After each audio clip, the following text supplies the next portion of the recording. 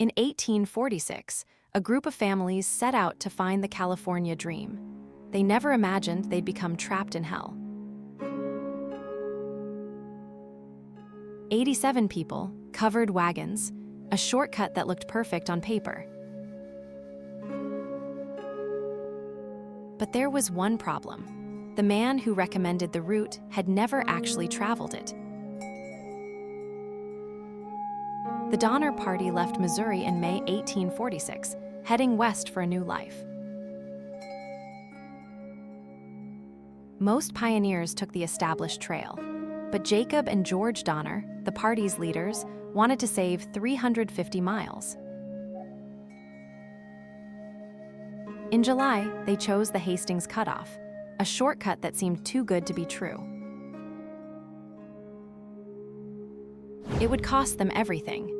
The route was brutal, unproven, and it cost them 5 to 7 weeks. By autumn, their animals were dying. Their supplies were running dangerously low. Then in October 1846, the first snow came early. They were only 900 feet from safety, but a wall of snow blocked their path.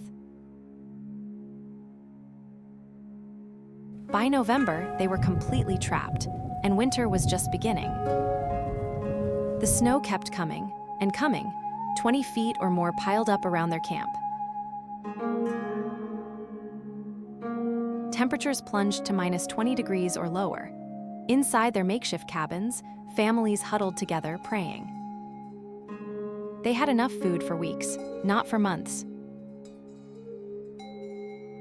By December, they started eating their oxen, then their horses.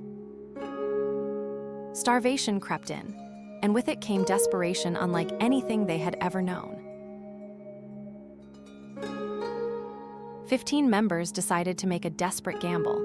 They would leave camp and trek through the snow for help.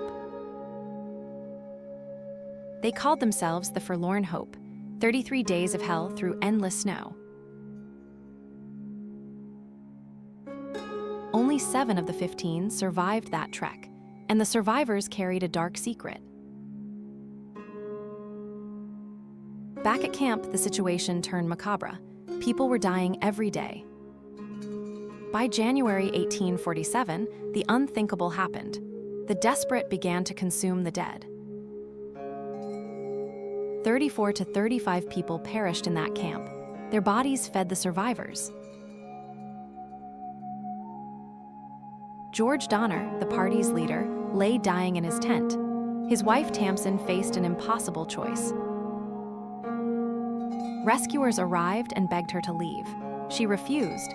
She chose to stay with her dying husband. She never left camp alive. Few remembered her choice.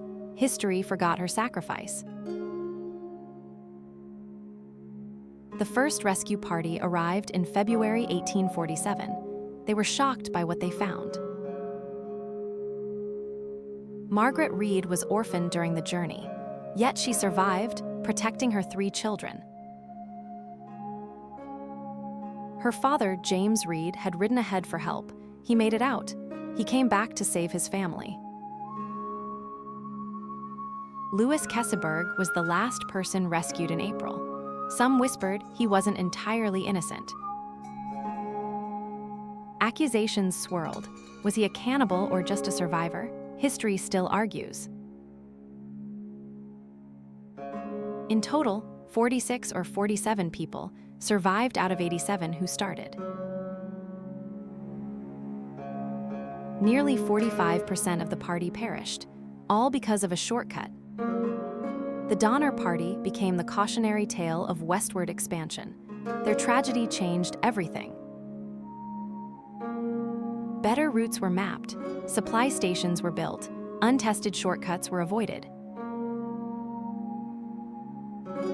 The Donner Party's diaries and letters survived, telling their story for generations. They remind us that some shortcuts aren't worth taking, and some choices haunt you forever. What would you have done? Trapped, starving, miles from rescue. How far would you go to survive?